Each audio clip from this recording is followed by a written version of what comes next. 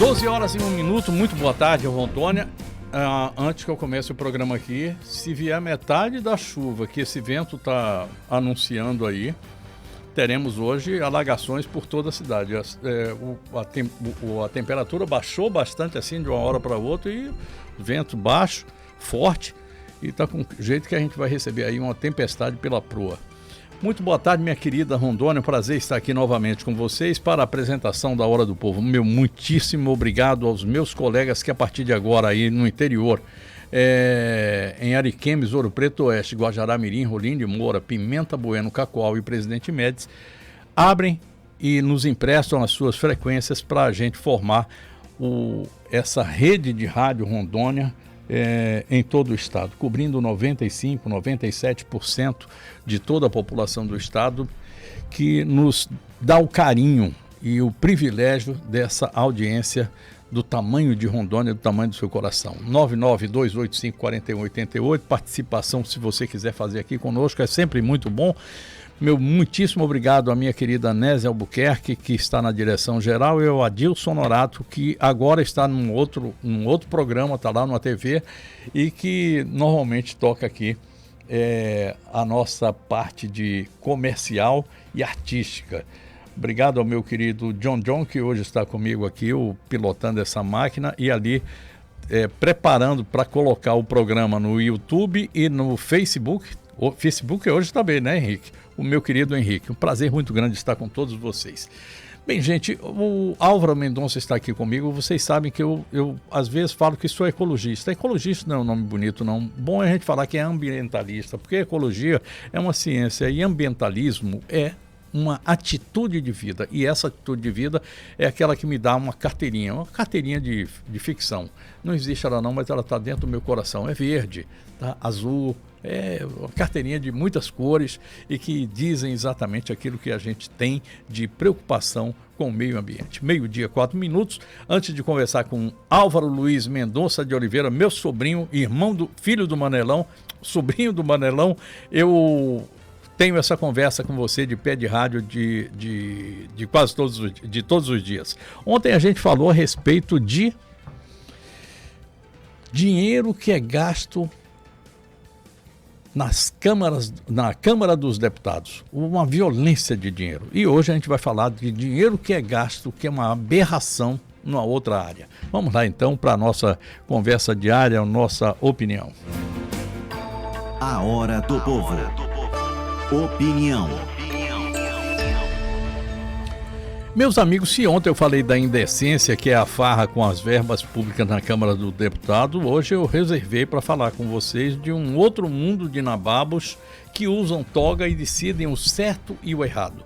A existência de juízes que recebem contra-cheques de mais de R$500 mil, você não está errado, você está muito bem, você está ouvindo muito bem, R$500 mil, é uma indecência, é um escárnio, é algo com que a gente não pode jamais se conformar. Diz a lei que nenhum juiz poderia, em tese, receber salário superior ao de um ministro do Supremo Federal, que é de R$ 39.200 por mês. É um alto salário, é um salário de executivo de grandes empresas. Mas olhando arquivos do Conselho Nacional de Justiça, o Conselho Nacional de Justiça é o famoso CNJ, pois é, 3 repórteres fuçadores, aqueles repórteres que incomodam, são o Fábio Fabrini, Leonardo Diegues e Diana Iucari, se debruçaram sobre mais de 870 mil contra-cheques dos senhores magistrados. Nada de invenção de jornalista não, são valores informados pelos tribunais ao CNJ e refere-se ao período de setembro de 2017 a agosto de 2020, 3 anos. E é tudo público, está todo mundo lá. Se você quiser dar uma olhada, está lá. Somados, custaram ao erário 35,2 bilhões de reais. Estou falando com B de bola, é muita grana. Desse total, 12,6 bilhões saíram como é que eu posso dizer, mimos, penduricalhos para as contas dos nobres nababos togados brasileiros. Alguém dirá que eu sou um desinformado, que é tudo pertinente, legal e é tudo previsto na lei. Tudo bem, está na lei, mas é indecente. Direi eu o seguinte, que desde indenizações auto-atribuídas, ou seja, foram eles mesmos que se deram essas indenizações, até mimos, como por exemplo, vale creche. Dá para você acreditar que um juiz precisa de vale creche para botar o filho na escola? Juiz que ganha R$ 39.200 por mês vai precisar de creche paga pelo povo? Isso, sabe como é que é o nome disso? Eu não gosto do termo não, porque ele tá ali assim, ó, bem perto do palavrão. É uma sacanagem, o nome disso é esculacho, isso não pode acontecer.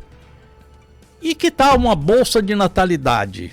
Bolsa Natalidade, que é para custear as despesas inaugurais dos filhos que fazem parte desse pacote. Ou seja, nasce o rebento e o juiz arrebenta com a gente. Vê se pode uma coisa dessa.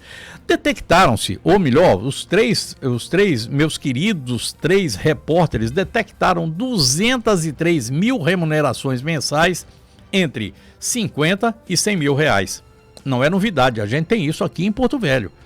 Descobriram-se 14 mil contra-cheques com valores entre 100 mil e 200 mil. Também não é novidade. Já há pouco tempo atrás aconteceu isso aqui. A gente soube aqui, salvo engano, no Ministério Público. Não diria eu com certeza absoluta, mas salvo engano foi no Ministério Público. Ora, farejaram-se 27 felizes contemplados que embolsaram em algum mês acima de 500 mil reais. E aí, eu vou te contar um negócio. Aí é para acabar, aí é para o braço bater no chão, é para arrebentar a cabeça do peão. A justiça, como se vê, é cega, mas tem faro, sente cheiro. Quando o privilégio se institucionaliza, aí deixa de ser privilégio, vira religião. É o Deus do dinheiro que entra na conta na casa do juiz, na conta dele. Os supersalários tornaram-se um dogma para o qual o CNJ se ajoelha. Eu estou falando que vira religião porque todo mundo se ajoelha. Todo mundo. Na reforma administrativa que enviou ao Congresso, o presidente Jair Bolsonaro, que prega a redução de salários, que prega que o Estado tem que ser menor, que prega isso e aquilo, se ajoelhou também. Não ousou tocar naquilo para o qual o CNJ se ajoelha. Nada de mexer nas contas dos juízes, nessa casta. Obviamente, os doutores consideram justo o recebimento de cada centavo acima do teto. Não há, porém, argumento capaz de soar bem numa fila de desempregados.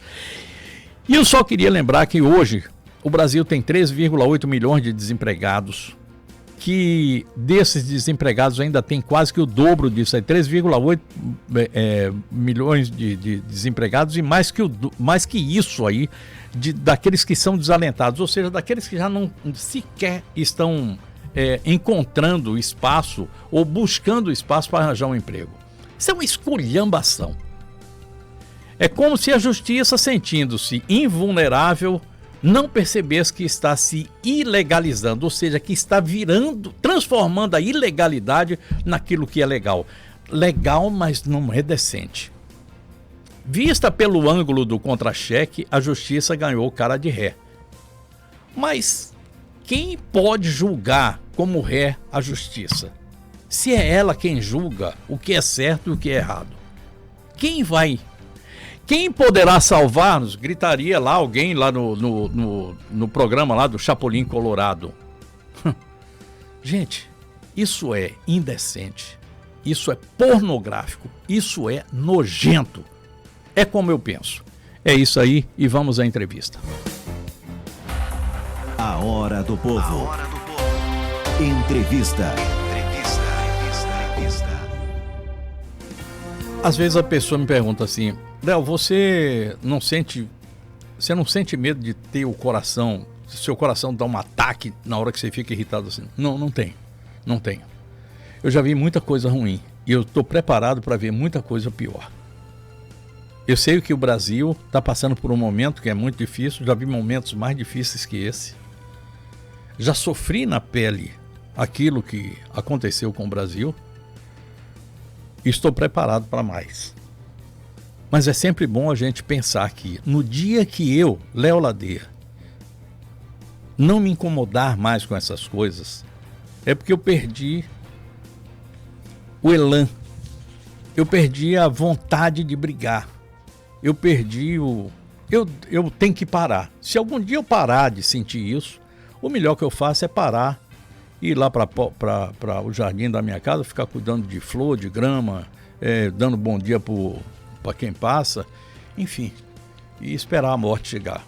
Mas enquanto isso, eu quero vida e vida em abundância, e vida em abundância decente, direita, e que não seja somente vida em abundância para mim, mas para todos.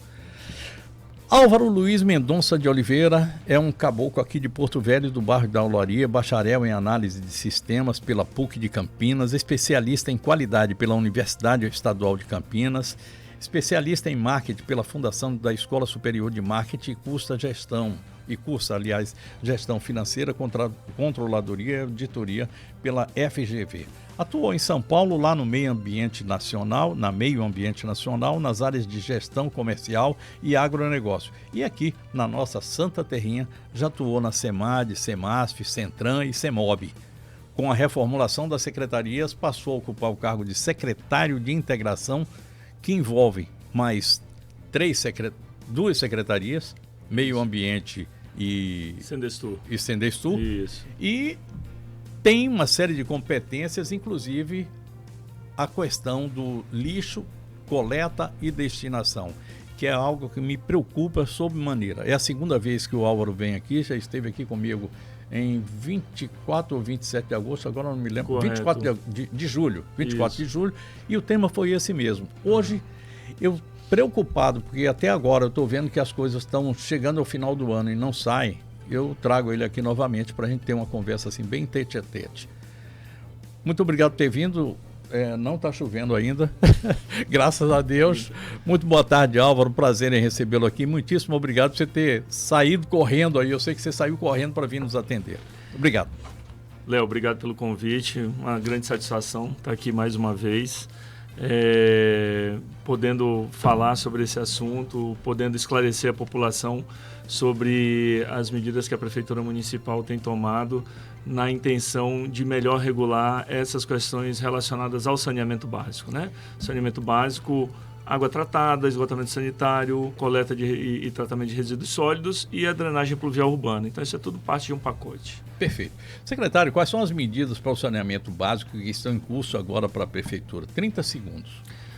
Nós temos o Plano Municipal de Saneamento Básico, Isso. que é a principal ferramenta que nós estamos em franca evolução, né? Nós já está na fase de conclusão do plano, houveram audiências públicas, houve a publicação de um diagnóstico, houveram discussões em torno desse diagnóstico e agora nós estamos com o prognóstico preparado, o produto 5 que nós chamamos, dentro desse contrato que nós firmamos com o Instituto Brasileiro de Administração Municipal, que tem nos ajudado a conduzir esse processo. Junto com os produtos 5 e 6, que são a programação e a priorização das atividades, nós devemos estar entregando isso para análise da população no decorrer dessa semana.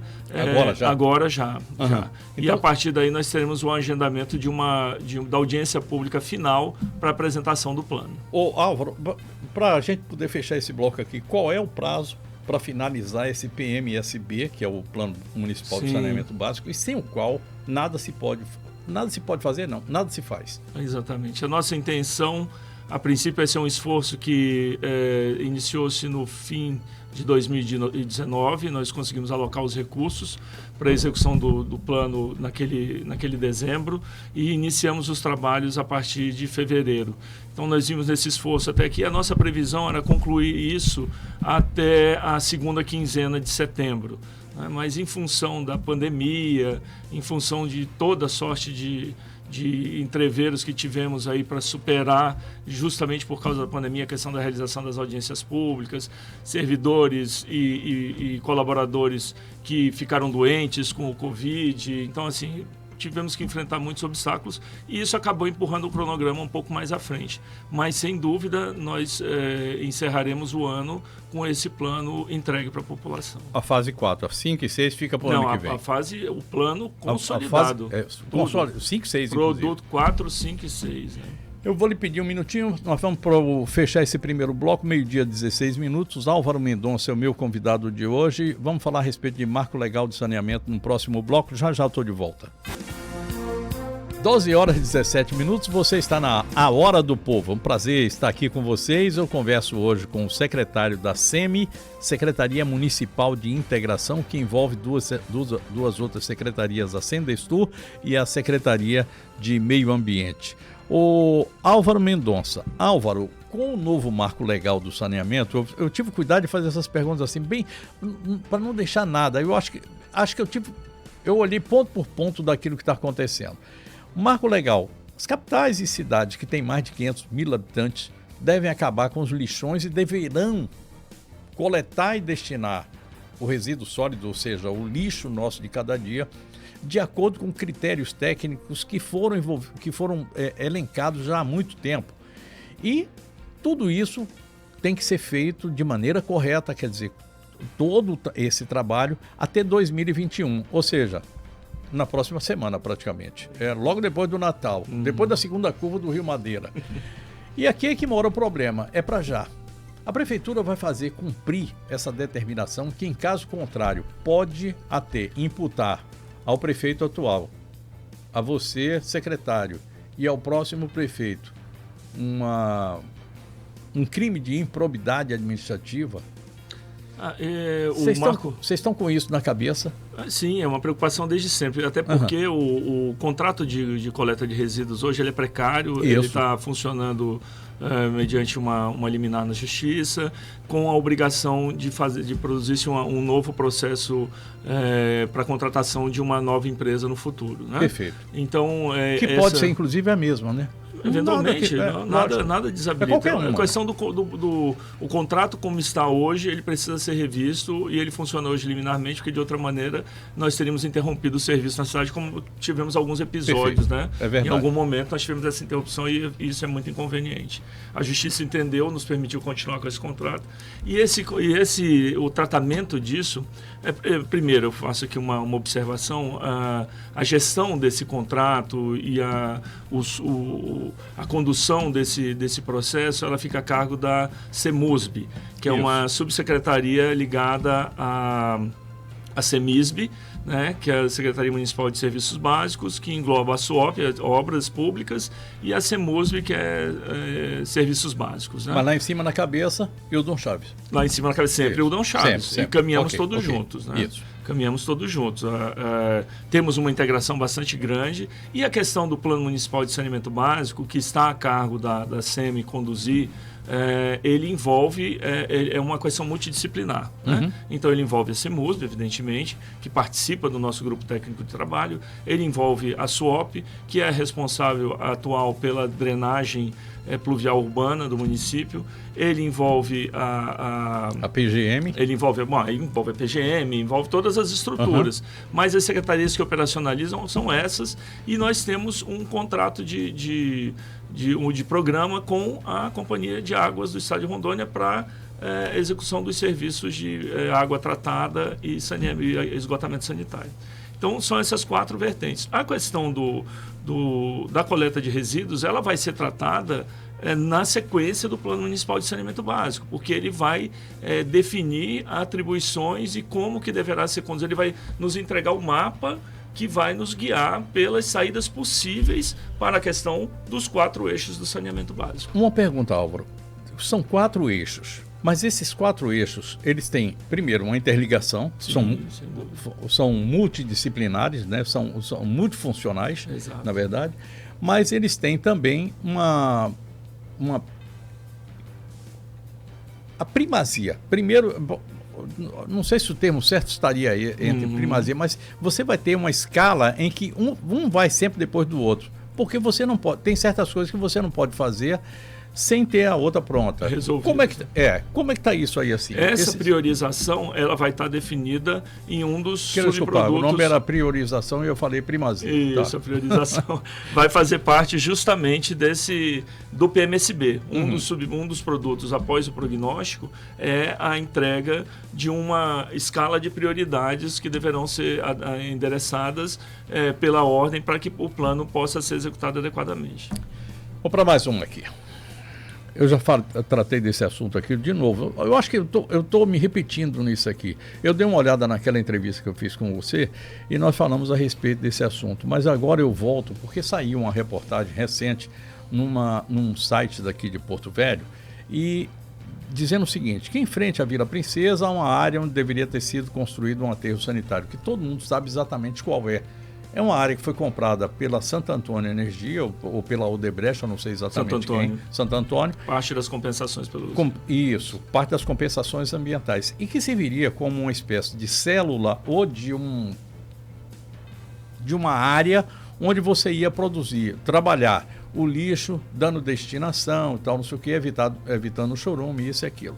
Ocorre, isso aí tem inclusive, me parece que uma decisão judicial, porque na época foi contestada e tem uma decisão judicial sobre o assunto.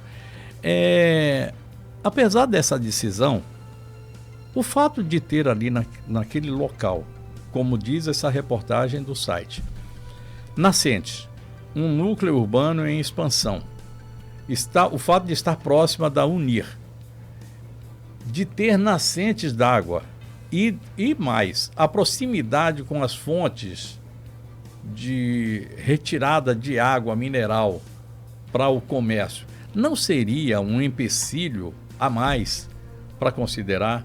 A Justiça está olhando isso. Vocês têm alguma decisão da Justiça que renove, reveja, revise aquilo que foi falado lá atrás? Sim. Houve uma decisão mantendo o licenciamento que foi produzido pela SEDAM, porque se trata de uma área rural à época. Houve uma ação popular que questionou essa decisão, então isso foi colocado em grau de recurso no Tribunal de Justiça e acho que meados do ano passado essa decisão foi validada pela segunda Câmara do Tribunal de Justiça,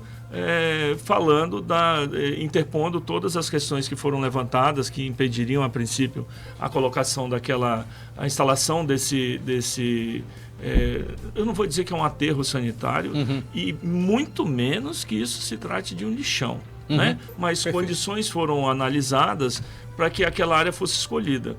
Houve a época essa discussão vem desde o fim dos anos 2000. Desde a época em que compraram lá a terra, né? Exatamente. Havia uma outra terra que foi comprada ou que foi destinada, eu não vou dizer comprada porque eu não sei se o negócio foi acertado. Na época em que o prefeito era o Carlinhos Camurça e depois disso, durante a época em que eu era prefeito, o Roberto Sobrinho e depois o Mauro, tudo isso vem caminhando de lá para cá. Isso é uma discussão bastante antiga, uma pendência antiga que o município tem com a população e que nós estamos tentando desembrulhar. E o Plano Municipal de Saneamento Básico vai dar diretrizes para isso. Então, assim, a instalação naquela área, primeiro ela foi contestada porque a área que foi adquirida a princípio se colocava justamente sobre os córregos, as nascentes, perfeito. Etc. Houveram discussões em torno disso, e a Santo Antônio ampliou essa área, adquiriu uma área anexa, né, e fez um projeto de licenciamento ambiental para aquela área, seguindo todos os protocolos, todos os trâmites, observando todos os estudos necessários para a questão, e isso foi apresentado à SEDAM e houve o licenciamento, que foi contestado, virou motivo de uma ação popular e que acabou sendo validado ainda no ano passado. Só uma questão, a prefeitura entra nesse imbróglio aí. Sim. Como parte do processo dessa contestação, né? Não é ela que provoca a contestação. Não é ela que provoca a contestação. Isso foi uma ação popular. Ela entra ali, né? Exatamente. Ela é um ser externo, porque na verdade o licenciamento foi feito para que a prefeitura tomasse conta de um novo aterro. E isso foi colocado ali em função de vários fatores, a questão do acesso na BR-364, a questão da proximidade da Vila Princesa, porque os moradores que estão ali hoje sobrevivem de alguma maneira do trabalho que eles fazem no que é um aterro sanitário / lixão. E eu hoje quando coloquei aqui que está em expansão, é porque ela realmente vem aumentando, né? Na verdade, existe um trabalho grande sendo feito ali pela prefeitura para que a gente possa capacitar aquelas pessoas. Enfim, existe uma preocupação e essa preocupação também está refletida dentro do Plano Municipal de Saneamento Básico, né? Como é que essa gestão se encontra com as questões sociais em torno dela. Sem querer citar, eu não vou citar aqui o nome das empresas que participam dessa história aqui, porque são duas empresas de água mineral, elas estão sabendo dessa história, elas têm consciência disso, estão participando desse processo na justiça também? Não tenho certeza, eu não vou poder te ser definitivo com relação a isso, mas eu acredito que elas tenham sido, façam parte da ação popular. São afetadas? Né? Exatamente, porque até eu acho que são signatárias dessa própria ação. Eu vi isso mencionado em algum lugar, mas não posso te assegurar, né, a participação deles. Bom, 12h28, a gente já vai encerrar esse bloco aqui agora, é isso mesmo, né, John? Daqui a pouquinho. Só mais uma pergunta. Tecnicamente, os órgãos da prefeitura analisaram... Uma coisa é você analisar, isso aqui é decisão da justiça e sentença de justiça, a gente cumpre e depois reclama, mas aí é outra história. Tecnicamente, vocês chegaram a analisar aquela área ali como sendo possível? Porque, inicialmente, essa área vai servir para isso. Aí houve a ação pública, a Santo Antônio, na época, era uma merreca, comprou a outra área anexa. Essa daqui, a primeira, ficaria livre, reservada, desimpedida, e nessa outra você faria... Dentro da forma técnica, dentro de toda a estrutura de tecnicidade, a gente faria a construção dessa unidade de tratamento de resíduos sólidos. Isso, vamos chamar de bunker porque não tem outro nome para isso. A gente não sabe qual que vai ser o futuro disso hoje ainda. Né? O plano municipal ele vai apontar para a gente alguns caminhos que podem, por exemplo, indicar a pirólise para a produção de energia no futuro. Então, quer dizer, pode ser que todo o lixo que vá para lá seja incinerado após ter passado pelo processo de reciclagem, retira isso tudo que é reciclado e incinera-se o restante para a produção de energia. Essa tal de tecnicidade que eu estou falando aqui, na verdade, ela vem sendo feita por um estudo que em que vocês são os mandatários, mas não os executores, não é isso? Na verdade, é isso. A gente está executando um plano. Né? Mas no passado, quando houve essa decisão, ela era em cima da construção de um aterro sanitário naquela área. Perfeito. E foram observados todos os estudos que indicavam que, independente da questão das nascentes e dos córregos, etc., aquela estrutura poderia ser posta ali sem o risco de contaminação no meio ambiente. O que foi julgado pela Secretaria de Desenvolvimento Ambiental do Estado à época, a SEDAM. Quer dizer, não tem nada a ver com a prefeitura? Não, o licenciamento não é da prefeitura, absolutamente. Mas a responsabilidade pela execução do trabalho de gestão de resíduos sólidos que envolve uma estrutura que pode ser um aterro é da prefeitura. Eu quero lhe dizer o seguinte, a sua vinda aqui hoje, ela tem muito a ver com algo que está acontecendo, saiu do meio ambiente, foi para a polícia. Foi o caso que aconteceu agora aí no interior do estado, que não guarda nem de longe alguma coisa a ver com o que está ocorrendo aqui. Mas no final das contas, como nós temos esse plano para ser entregue, nada melhor do que a gente deixar tudo assim, muitas claras, falar a respeito dele, transparente, tudo aquilo que vai acontecer. Você me falou aqui a respeito da Vila Princesa, eu queria pegar nesse assunto aqui e lhe perguntar se existe algum programa da Prefeitura, da SEMA, da SEMI, para incentivar e adotar a coleta seletiva no município, não apenas aquela coleta que eu já disse aqui que existe, no meu bairro, por exemplo, tem, mas que é uma coleta só para inglês ver, porque retira e volta tudo. E junta tudo no mesmo lugar. Eu me sinto um idiota, eu separo, escrevo bonitinho, minha mulher ainda bota lá, olha, plástico, tal, e aí reciclável, ela bota bonitinho lá, mas aí depois eu digo assim, mas que bobagem, mulher, isso aqui vai tudo pro mesmo buraco. É como se a gente estivesse lavando a criança na bacia e depois jogasse a criança e a água da bacia, tudo junto, tudo fora. A prefeitura sabe em que bairros essa tal coleta existe, efetivamente existe? Há alguma fiscalização para que ela ocorra? E mais, como esse contrato é precário, essa coleta não é algo a mais que a gente pague sem receber efetivamente o serviço? 12h32, eu vou fechar esse bloco e a gente volta já para essa conversa aqui. Vamos lá. 12h33, você está na A Hora do Povo.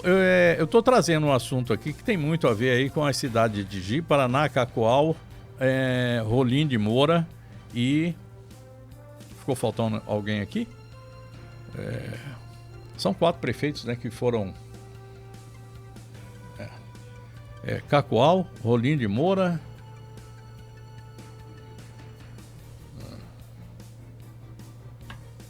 Ji-Paraná? Pois é. E lá já perto ali, Gabriel, tal, não sei o que, é lá da prefeita Lebrinha. Eu esqueci aqui o nome da cidade, mas enfim. É a idade que me explica, me permite e explica todas essas coisas. De vez em quando não me lembrar aqui das coisas. Bom, eu deixei uma pergunta aqui se existe programa de educação ambiental. Não, se existe programa para adotar a coleta seletiva. Você falou que sim e tal, não sei o quê. Eu vou mais à frente agora. Existe algum programa de educação ambiental nas escolas municipais e estaduais? E mais, há algum programa oficial da SEMA em conjunto ou para as cooperativas de catadores de Porto Velho e da região? Se há, me explica aí, porque eu já ouvi falar uma vez que existe. Mas isso está parecendo orelha de freira, como diria o Manelão. A gente sabe que tem, mas ninguém vê. Então, a Vila Princesa é uma grande preocupação do município. É uma preocupação que ela é fustigada também pelos órgãos de controle. O Ministério Público, em várias das suas vertentes, tem uma grande preocupação com aquilo. Às vezes até um nojento, um jornalista como eu aqui, né, que traz esse assunto. Não, mas é um assunto, as pessoas se preocupam, é uma situação complicada. Pelo né? amor de Deus, se a gente não colocar o dedo em certas coisas, como é que vai ficar? Se imagina uma questão de degradação, enfim, mas na verdade os catadores eles são grandes parceiros nesse processo de reciclagem, nesse processo de manutenção de um meio ambiente mais saudável, porque eles é que promovem essa separação, eles é que dão nova utilidade para aquilo que é possível ser reciclado. Então, assim, a prefeitura, não só a SEMA, mas a SEMA tem a questão ambiental para cuidar, mas a CEMUSB, que é a secretaria que gerencia a questão do contrato de coleta de resíduos, e a CEMASF, que é a secretaria por onde eu passei também de assistência social e família, tem programas que estão constantemente próximos a essa comunidade. Dentro daquela rede de proteção social. Dentro da rede de proteção social, e a SEMA atua também com a questão da educação ambiental constante dentro das escolas e também naquela localidade. Então, assim, existe uma grande preocupação do município e o município é cobrado por dar respostas a isso. E essas respostas, a coleta seletiva, efetivamente, hoje, ela acontece nos grandes geradores de resíduos. Então, eles acomodam os seus resíduos de forma adequada e esses resíduos são encaminhados para a cooperativa de catadores, a Catanorte, que trabalha lá dentro do lixão da Vila Princesa. Tem um galpão e isso é armazenado. Eu queria que você falasse um pouco mais a respeito disso. Eu ia lhe perguntar aqui se existe alguma estrutura que é adequada, porque às vezes a gente fala assim, olha, tem um galpão, sim, mas ela é adequada, ela tem maquinários, etc. Para trabalhar com a reciclagem? Existe... Ou em algum outro local que não seja Vila Princesa especificamente? Não tem uma estrutura, um maquinário, etc. Existe um galpão para armazenagem, onde as pessoas trabalham, fazem as separações e eles são responsáveis depois por fazer a comercialização desse material reciclado. Uhum. Existe um projeto, a prefeitura tem projetos para instalação, a CEMUSB tem projetos para instalação de uma estrutura de reciclagem, etc., perfeito, que faria parte desse processo, estando ele sob responsabilidade da prefeitura. Eu, de novo, sem citar a marca, mas existia uma marca de água aqui em Porto Velho, existe uma marca de água que atua aqui em Porto Velho, que estava fazendo um serviço de reciclagem de garrafas PET. Só que teve, exato. Só que teve que buscar garrafa PET, inclusive em outros estados, porque a gente não tinha produção, exatamente, ou pelo menos coleta suficiente em Porto Velho para dar a quantidade necessária para esse projeto ser viável comercialmente. Eu não sei se você conhece isso. Conheci. Isso foi instalado lá no Distrito Industrial, foi montada uma estrutura. Só me engano foi isso. Trabalhando com reciclagem de PETs. Né? Perfeito. E realmente eu lembro de ter ouvido falar, não era um assunto relacionado exatamente à secretaria, mas eu tive envolvido com muitos assuntos e esse assunto era um deles. E realmente não existia, era necessário que se fomentasse a coleta desses materiais plásticos para que essa reciclagem pudesse efetivamente se justificar, para que aquela operação pudesse efetivamente funcionar. Então, dentro desse processamento, entra a questão dos catadores, né? E a prefeitura, através da CEMUSB, principalmente, e da CEMASF, ela tenta organizar esses indivíduos de tal maneira que esse trabalho possa ser executado, se transforme numa fonte de renda e ajude a manutenção do nosso meio ambiente. Quantas cooperativas dessa nós temos aqui em Porto Velho, ou pelo menos aqui, quando eu falo município, é porque é muito grande, Porto Velho é tão grande que a gente não... Se de repente tiver uma cooperativa de catadores em Extrema, em Nova Califórnia, seguramente vai ser de madeira, né? Lasca de madeira ou coisa do estilo. Coisa assim. Aqui eu acho que seria realmente o lixo doméstico, né? Exatamente, eu não saberia te precisar, não é uma questão correlacionada à minha atuação, mas existem sim mais de uma cooperativa atuando no município e basicamente com a reciclagem de lixo doméstico e lixo produzido por grandes geradores, né? Os hotéis, as empresas, enfim, que geram bastante resíduos. A coleta seletiva é executada pela empresa hoje, os condomínios da cidade também, e alguma zona da cidade. Eu posso ser muito impreciso com relação a isso e caberia alguma retificação por parte da CEMUSB. Mas existe sim uma operação em andamento. E o Plano Municipal de Saneamento Básico, a gente volta para ele, vai preconizar algumas outras várias medidas que deverão ser executadas pelo município ou da forma que o município entender que seja adequado para que se execute, contratando uma empresa para fazer isso. Álvaro, a gente está falando aqui normalmente a gente fica falando, sempre que a gente toca no assunto meio ambiente, parece que é somente nós, pessoas e órgãos municipais ou estaduais, quer dizer, o poder público que fala a respeito desse assunto.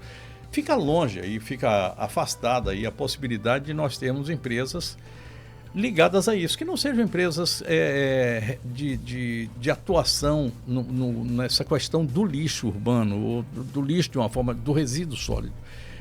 As empresas normalmente não investem nisso.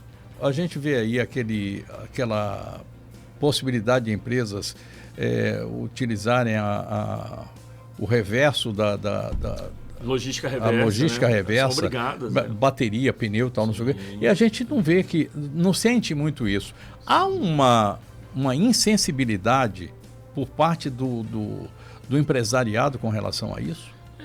Se eles são insensíveis ou não, eles vão sentir quando eles forem devidamente penalizados por isso não vai cumprir acontecer. Isso. Vai acontecer. Isso já está previsto e acontece em alguma medida, porque empresas geradoras de resíduos sólidos, elas precisam ter um plano de logística reversa para os seus produtos. Mas isso é um problema federal, né? Uma questão que vai até Brasília para que se possa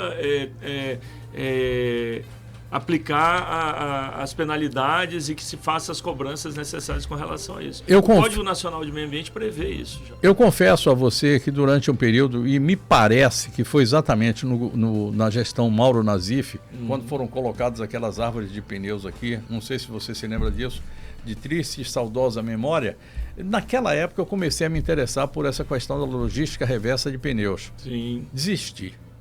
Porque não há caminhos, não há solução para aquilo ali, a menos que a gente consiga colocar todos os pneus utilizados em Porto Velho num caminhão e mande para algum local lá, que eu não sei exatamente onde é, que vai aproveitar fio de aço e a parte de borracha para fazer asfalto. Aqui não se faz absolutamente nada. Paciência. Porto Velho tem uma lei que foi aprovada agora na gestão Hildon Chaves, dizendo o seguinte, que todo grande gerador, ou seja, aquelas empresas que geram mais de 200 litros de lixo por dia, é obrigado, ou são obrigadas essas empresas a coletar, transportar e destinar o seu resíduo de maneira correta. Correto. Ou contratar uma empresa para fazer isso. Essa lei está sendo fiscalizada por vocês, pela SEMA, está sendo cumprida pelas empresas. A gente não ouve muito falar nisso, a menos que haja de vez em quando, uma denúncia por algo que ultrapassou aquilo que está sendo o normal, o novo normal. Sim. A nossa fiscalização está atenta a isso, né? E principalmente a fiscalização de postura do município, né? Que de novo é parte das atribuições da Secretaria Municipal de Serviços Básicos, a Subsecretaria CEMUSB. Então, existe uma preocupação com relação a isso. As empresas são fiscalizadas constantemente pela fiscalização da postura e até onde eu sei, isso tem gerado dissabores para quem não tem cumprido essa legislação. Dissabores é multa mesmo, né? Exatamente. O nome disso é multa. Tem doído no bolso. Olha, 12h 44 minutos, 12h 44h30, eu vou fechar esse bloco aqui, volto para o último bloco para a gente falar a respeito de distritos e caminhando para o fim do programa. Que medidas de preservação ambiental são realizadas principalmente no Baixo e Médio Madeira e nos maiores aglomerados, eu diria conglomerados urbanos, dentro da área rural, ainda que possa haver um conflito aqui na forma como a gente está colocando, que são Extrema, Nova Califórnia, Jaci, União Bandeirante, mas eu iria mais aqui a dimensão, Calama, enfim. A gente já falou a respeito disso, inclusive como projeto de futuro, mas eu quero hoje falar a respeito de projeto do presente. Tem mais algo que eu gostaria de falar. Esse contrato que está em vigor, que é precário, e não é precário porque está sendo mal feito, não. É precário porque ele falta algumas coisas que de lá de trás. Então ele tá sendo renovado a cada... Uma herança que nos legaram, né? É verdade. Quem casa com a viúva, né, cuida dos filhos. Então, a parte, digamos assim, de hospitais faz parte desse mesmo contrato ou nós temos empresas diferentes para atuar nessa parte de lixo hospitalar? Você me responde daqui a pouquinho, 12h 46 minutos. Você está na Hora do Povo. Álvaro Mendonça, secretário municipal de Integração, Meio Ambiente e Sindestur. Sindestur é turismo, aí você faz assim, e tem a ver alguma coisa? Tem, se você tiver uma cidade limpa, todo mundo quer ver, né? Vamos lá, pelo menos. Social é verdade. IDH bonito, todo mundo quer saber como é que consegue, todo mundo quer vir para cá para ver. Além das nossas belezas naturais, é lógico. Já eu estou de volta. 12h mais 47 minutos, nós estamos no último bloco do programa de hoje, falando a respeito de meio ambiente com o homem que tem que leva nas costas, a gente estava falando aqui de carregar o piano, o homem que leva nas costas essa responsabilidade de definir o nosso plano municipal de saneamento básico, que vai sair agora. Que dia eu posso marcar esse plano de saneamento? Eu vou fazer uma festa, vou botar a banda de música na rua. Faremos todos, né? Vai ser um grande marco para o nosso município. Com certeza. Quando é que vai ser? Eu acredito que nós tenhamos antes de dezembro? A audiência. Certamente. Eu acredito que até o final de outubro a gente possa estar com esse processo, com isso promulgado, esse plano promulgado pelo município. Vamos lá, caminhando para o final do programa. Que medidas de preservação ambiental são realizadas principalmente no Baixo e Médio Madeira, os maiores conglomerados como Extrema, Nova Califórnia, Jaci, União Bandeirante? Se faltou algum, Mutum, pronto, se faltou algum aí, vocês me perdoem depois. Sim. E no Baixo Madeira, todos eles. Sim, existe uma presença constante da administração nessas localidades, existe uma visita que não é, digamos, regular, mas é um contato bastante próximo com os administradores dessas localidades, para que a gente possa dar vazão a isso. Existem situações que necessitam ser adequadamente conduzidas, e entre elas a questão da coleta e destinação dos resíduos produzidos nesses distritos, bem como a questão de esgotamento sanitário e fornecimento de água tratada, né? Que é sempre um drama nas nossas enchentes, a dificuldade que nós temos de prover água para essas comunidades e como que elas conduzem a destinação daquilo que eles produzem como resíduo dentro dos distritos.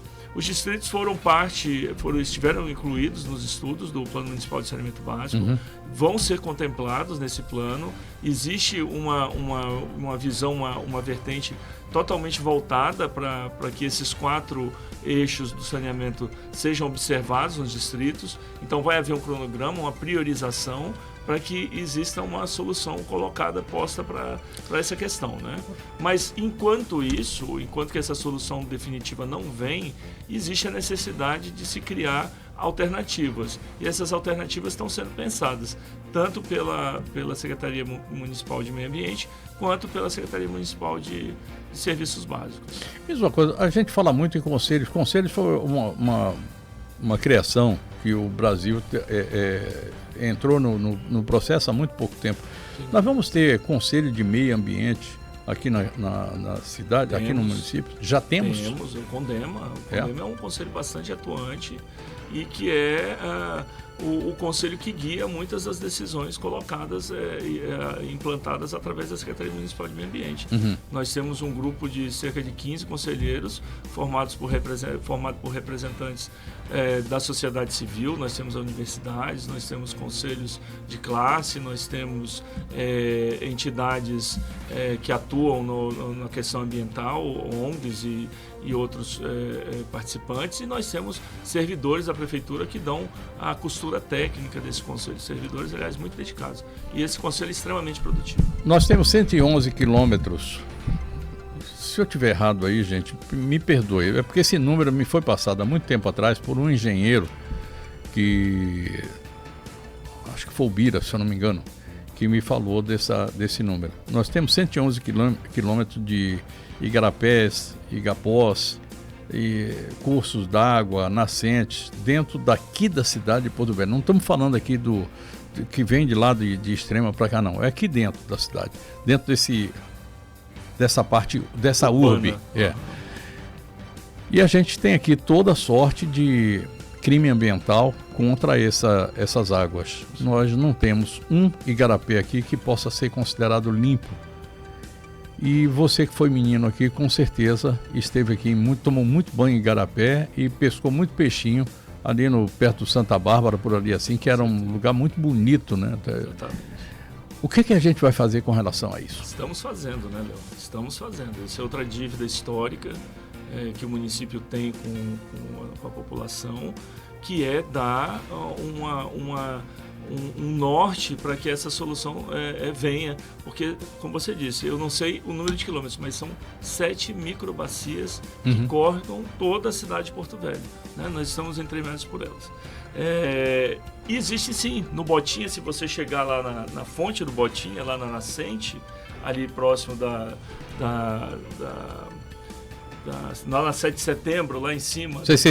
É verdade, né? Sei. Você chegar ali e for lá buscar, tem peixe, a água é limpa, você pode tomar banho. E os nossos igarapés, eles são poluídos, mas eles não têm nenhuma poluição que seja irrecuperável ou que inviabilize. Maioria é esgotamento residencial e coliformes fecais. Exatamente. Basicamente. Nós não temos resíduos industriais jogados nesses córregos, nós não temos nada disso. Mas, enfim, a cidade começou a ser ocupada através dos cursos d'água, ao entorno dos cursos d'água, como é em qualquer cidade do mundo, né? Vai-se para perto da fonte d'água para poder obter ali a água. E depois de um tempo começa-se a colocar os dejetos ali também. E aí a coisa se inverte e aquilo de onde se tirava água vira só um meio para dar a destinação do seu esgoto, né? Então isso é uma realidade. E a prefeitura tem trabalhado nisso através do programa chamado Ecomorar, que é um programa de regularização fundiária que vai promover, porque essas áreas são todas irregulares. Quer dizer, no final das contas nós vamos ter de novo o maior problema que nós temos, que é a regularização fundiária. Exatamente, de novo a gente cai na regularização, porque essas áreas são todas irregulares. Aliás, o percentual de regularização fundiária dentro do município é baixíssimo e a administração tem trabalhado arduamente para isso, né? Para preencher essa lacuna, né? A Secretaria Municipal de Urbanismo, a SEMU, tem agido desde o início das suas operações no sentido de cada vez mais promover isso. E nós, Secretaria de Meio Ambiente, em conjunto com a SEMU e outras estruturas da Prefeitura, a SEMUSB, a Secretaria de Saúde, a SEMASF, estamos fazendo um grande levantamento. Nós já estamos no programa piloto no Igarapé da Penal, já fizemos todo o levantamento topográfico e georreferenciado e com fotografias, milhares de fotografias que foram tiradas com drones, que a Secretaria destinou especificamente, adquiriu nesse período, destinou para a execução desse trabalho, para que nós tenhamos uma noção exata do trabalho que deve ser feito. Então a ideia é que nós possamos abrir um vão de 15 metros de distância de cada lado do curso da água, e nós possamos retomar essas áreas para o município, e a troca disso, a contrapartida disso é que as pessoas que assim fizerem vão ter os seus lotes devidamente regularizados ao longo do tempo. Então nós vamos recuperar essas áreas para o município, e a ideia no futuro, oxalá, é que nós tenhamos parques lineares ao longo de todos esses cursos d'água. Fico sonhando com isso. Que serão interligados, e nós talvez tenhamos ciclovias onde nós poderemos pedalar à sombra daqui até a Zona Leste ou daqui até o final da Zona Norte. Se Deus quiser. Amém. A sociedade será aquilo que ela quiser que seja. Exatamente. Tudo começa com a vontade do indivíduo, né? Pertencimento. O pertencimento, você enxergar aquilo como seu, né? Isso é um problema histórico que nós temos aqui, né? Bom, nós dois somos pessoas que já vivemos muito tempo fora daqui de Porto Velho, e a gente já viu estruturas melhores e piores, mas enfim, nós conhecemos alguma coisa a mais que a gente pode utilizar aqui. Exatamente. Eu não conheço, infelizmente, nenhuma capital onde o governo do estado não tenha se preocupado com ela, como o local onde é a sua sede, pelo menos administrativa, enfim. Mas infelizmente em Rondônia eu não me lembro de governador que tenha feito alguma coisa pela cidade, pelo munícipe de Porto Velho. É isso mesmo. Eles nos devem isso. Exatamente. E continuam devendo? E continuam devendo e continuam perpetrando barbaridades, né? Os episódios da última semana denotam o apreço que o governo do estado tem pelo seu município sede, né?